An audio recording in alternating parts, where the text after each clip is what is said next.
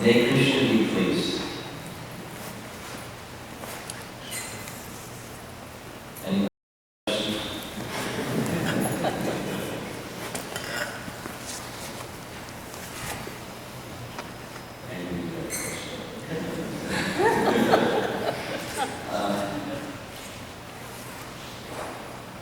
This looking around the room during the kirtan and now thinking,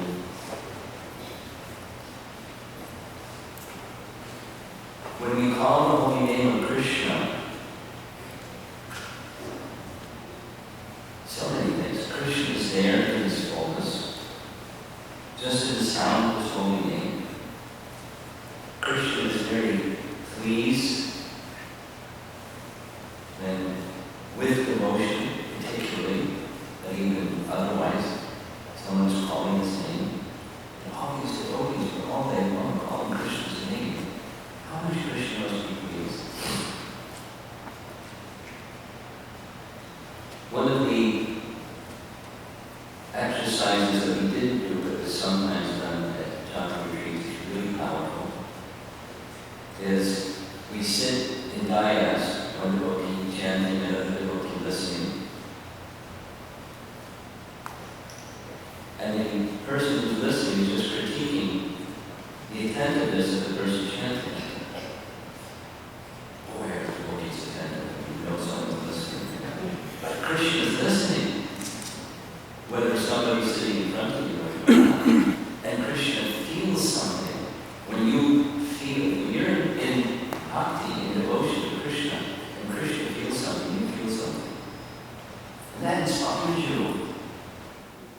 Ever increasingly inspires and inspires and inspires and inspires. May Krishna be pleased. May we be aware as we're chanting that Krishna is pleased. And another little comment. One of the rules I mentioned in the first jhana retreat was Purusha Sukha, a disciple of HH Swami. He had this rule that you have to go to a remote place. And the reason for that is it's retreat, and it is you cut yourself off from day to day, deliberately, so that you can just be focused. And then there was this, it won't work, it won't be the same. It won't be the same. It's not the same. If you just can go home, do your email, send your text messages, call your phone calls, chat this, chat that, the distractions proliferate. Fast forward, we started doing like this because to do the other was costly and other reasons. This allows more participation, although there's the loss of distraction.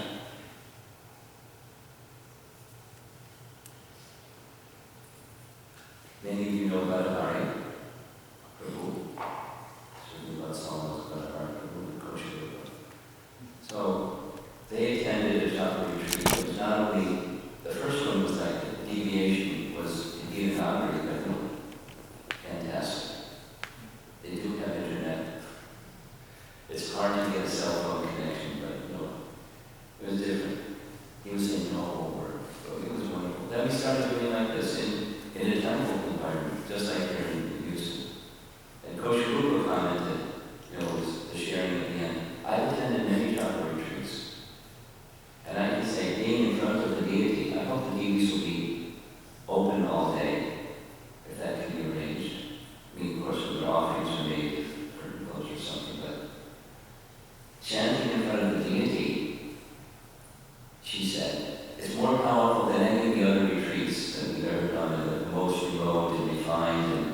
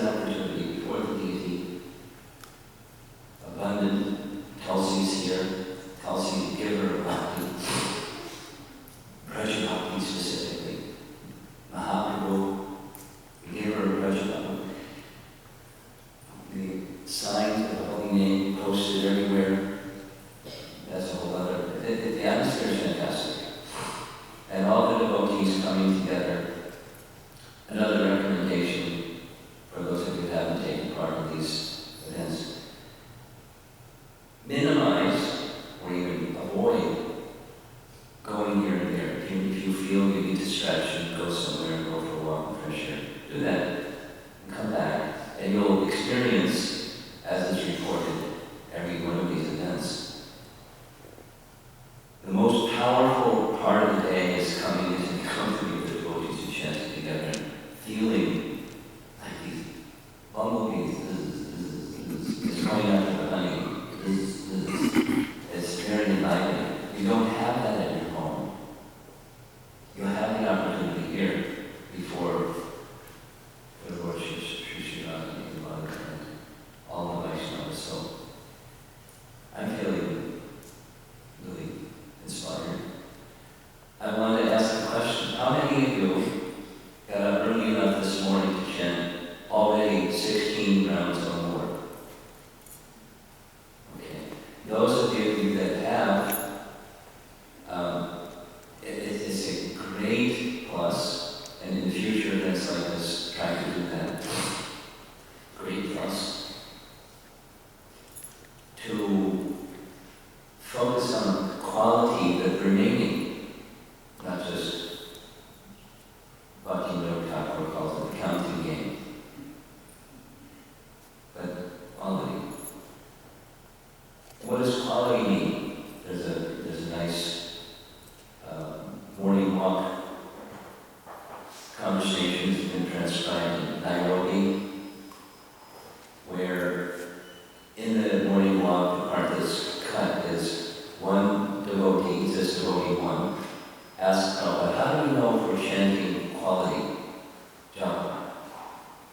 And Prabhupada's reply is 2 words, you must. There's no question you do. There's no question you must. So then the person said, I know I must, but how do we know when we're there, when we're chanting quality? And Prabhupada gave a similar answer, not verbatim, but something quite similar.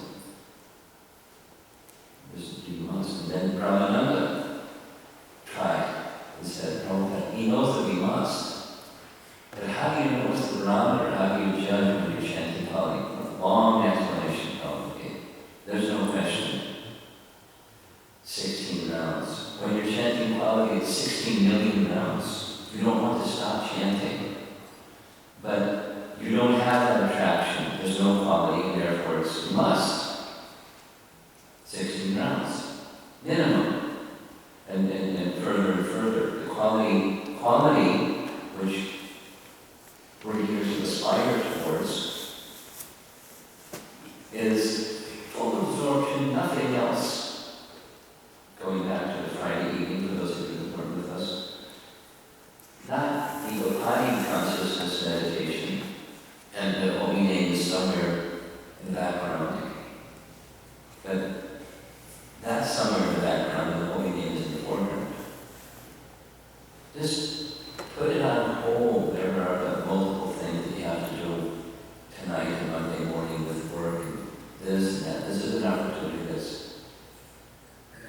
And then once that discipline is there, it just stays. Again, referring to something discussed yesterday.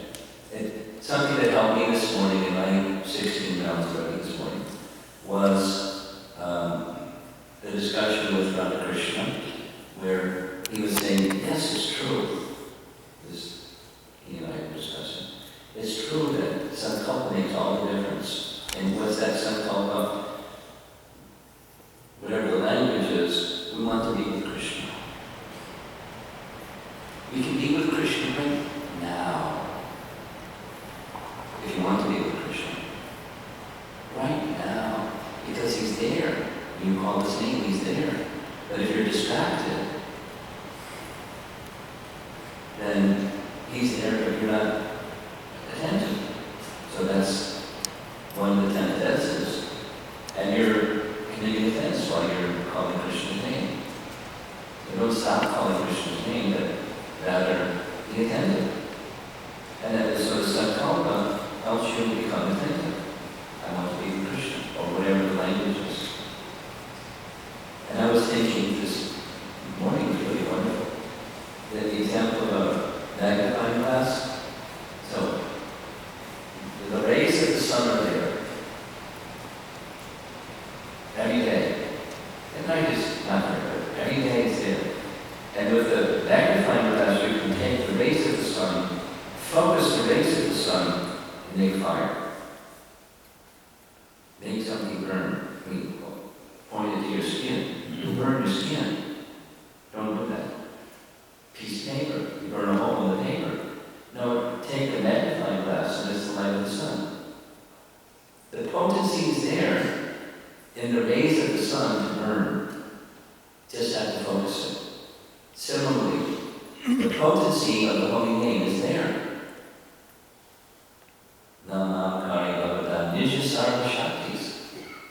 How many are all of Krishna's potency? We heard in Brahma's prayers. Unlimited, unfathomable. And all of his potencies are invested in each and every one of his holy names, and we're intended. But with Sankalpa, it brings focus. That potency can, going back to the question you asked yesterday, it can take away any shortcoming.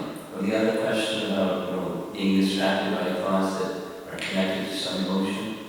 It has the power to burn through all of that. It dissolves the whole material connection, starting with the most subtle of all, false ego.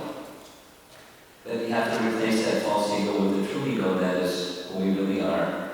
And that's the message. That's the intention. The gift. And that who we really are is our soul, our spiritual identity, with name and form. We're far from that realization, but the potency is there. Let's put that sankalpa in place. So whatever it is, that helped me enormously. So I like a little animated this morning. Very powerful. I mean, that power is available every time you chant, even one name.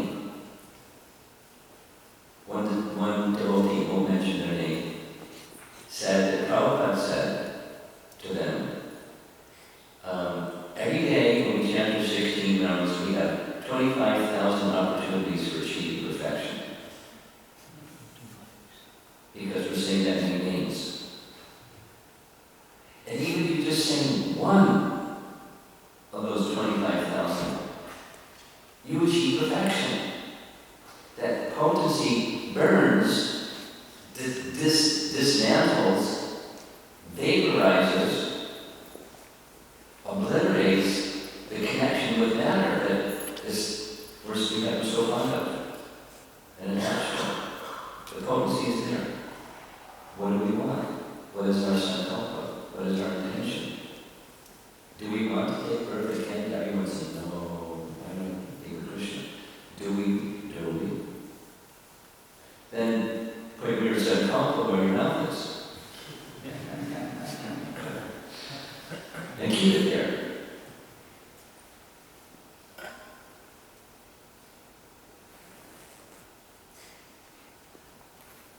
Okay, so I'm going to now carry on. I'll try to make this concise. It can be done concisely.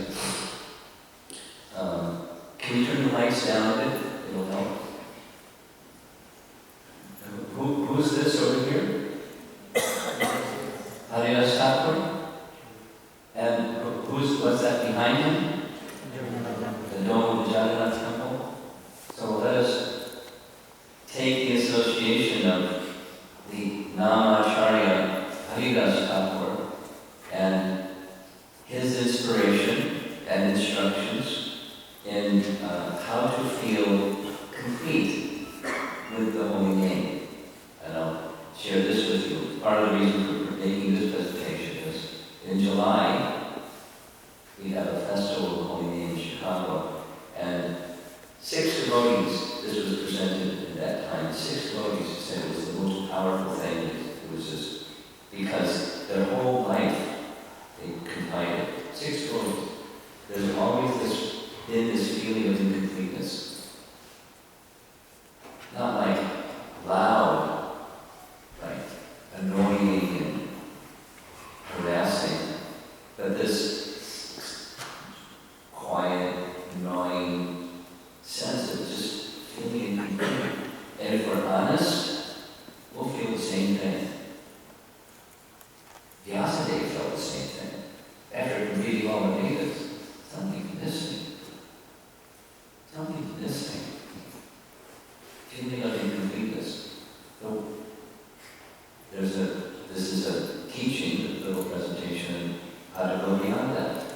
start with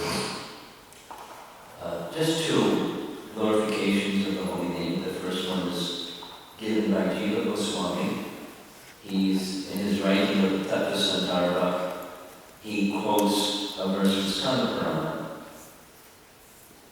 which says, his writing, the name of Sri Krishna is the perfect fruit of the entire Vedic Shruti. And the Bhagavatam said to be that too. Nigamakalpatura Gavitam Kalam. It's the ripened fruit of the Vedic Toror, the desire tree. It's the ripened fruit. The holy name is not different than Srimad Bhagavatam. Perfect fruit. And confirming from Skanda Purana, oh, that's the big dynasty. The holy name of Krishna is the sweetest of the sweet, the most auspicious of the auspicious. It is the transcendental fruit of all the Vedas and is purely spiritual. Whoever chants it but once will be doing, well, 1 lakh of time, 100,000 times if you chant 64 rounds. Anyone who chants even once, whether with faith or neglectfully, is liberated. So, Prabhu, should be all liberated. And then the next one we may not be liberated. But at least, so stay with the name and go to the position of faith, because then using Prabhupada's language, the perfection of liberation, the ultimate stage of liberation, awakening of love for Krishna will be yours. Then another quote is glorification of the holy name, Rupa Goswami. He wrote 8 prayers, along with many other things glorifying the holy name, called Namastakam. And here's the first of those. Oh, Holyname. Poetry, beautiful. The tips of the toes of your lotus feet are constantly being worshipped by the glowing radiance emanating from the stream of gems known as the Upanishads, the crown jewels of all the Vedas. Because the Upanishads are these seemingly focusing on Brahman, the Brahman effulgence. So those jewels of the Brahman effulgence are worshipping the tips of the toes of Harinam. You are eternally adored by liberated souls such as Narada and Shukadeva. So, same as where this title is taken from. Namachintamani Krishna's Chaitanya Rasavikra Purna Shuddho Nityamukto. The name is Nityamukto, after this middle line is saying. Liberated souls adore the holy name. It's liberated. Oh, Harinam, I take complete shelter of you. So these are impetuses or glories of the holy name to help inspire us, so we know what it is, the value. Our attention goes to what we value, what's important to us. So during the 64-round day, this is a resource if you wish to access it. You'll see this slide again. We can experience completeness each day by taking the opportunity to connect with Krishna through his holy name deeply. Not live deep, but heart deep. So the title is taken from the invocation mantra of Sri Vishnu Upanishad, which we're all familiar with, or most of us are familiar with, that establishes the principle of completeness. Let us chant the verse together. Om Purnamada Purnamidam Purnamada Purnamudachyate Purnasya Purnamaya Purnameva Vashishyate. So I purposely highlighted the word Purnam 1, 2, 3, 4, 5, 6, 7 times in one verse. So repetition tells us This is important. And the translation reads, the personality of Godhead is perfect and complete. And because He is completely perfect, all emanations from Him, such as this phenomenal world, are perfectly equipped as complete wholes. Whatever is produced of the complete whole is also complete in itself, because He is the complete whole. Even though so many complete units emanate from Him, He remains the complete balance. We're familiar with this verse. So how does this connect with chanting? Well, the invocation mantra tells us that this world, Idam, this phenomenal world, is already complete and perfect. We're trying to do something to make it complete or make it perfect, but it's by design already like that. So here's a very quick summary of the first 3 verses of Ishopanishad plus the invocation. So the invocation is establishing the principle of completeness, keeping it simple. Mantra 1 tells us how to practice in practical life, how to practice that completeness. Mantra 2 establishes a positive result. You do that, such practice, and then the next one is, what's the negative result of that? And too much we know the negative result of that, and we pine for the positive result. So there, in this invocation mantra, there's 4 different parts. It speaks of the absolute truth, the phenomenal world, living entities, and the complete arrangement. So we'll get to the complete arrangement, but to get to the complete arrangement, let us just go through the different parts, starting with number 1. There's the absolute truth, the complete whole, and there's the cover of Canto 1 Bhagavatam, indicating these different parts. Sat, the blue portion of the image, is the spiritual sky. But of course the spiritual sky has spiritual planets within it, so they're also Sat. Eternal, the absolute truth is eternal and full of knowledge. That's especially appreciated beginning with the Paramatma feature of the Supreme Lord. That this reveals the form of the Lord and Ananda, bliss,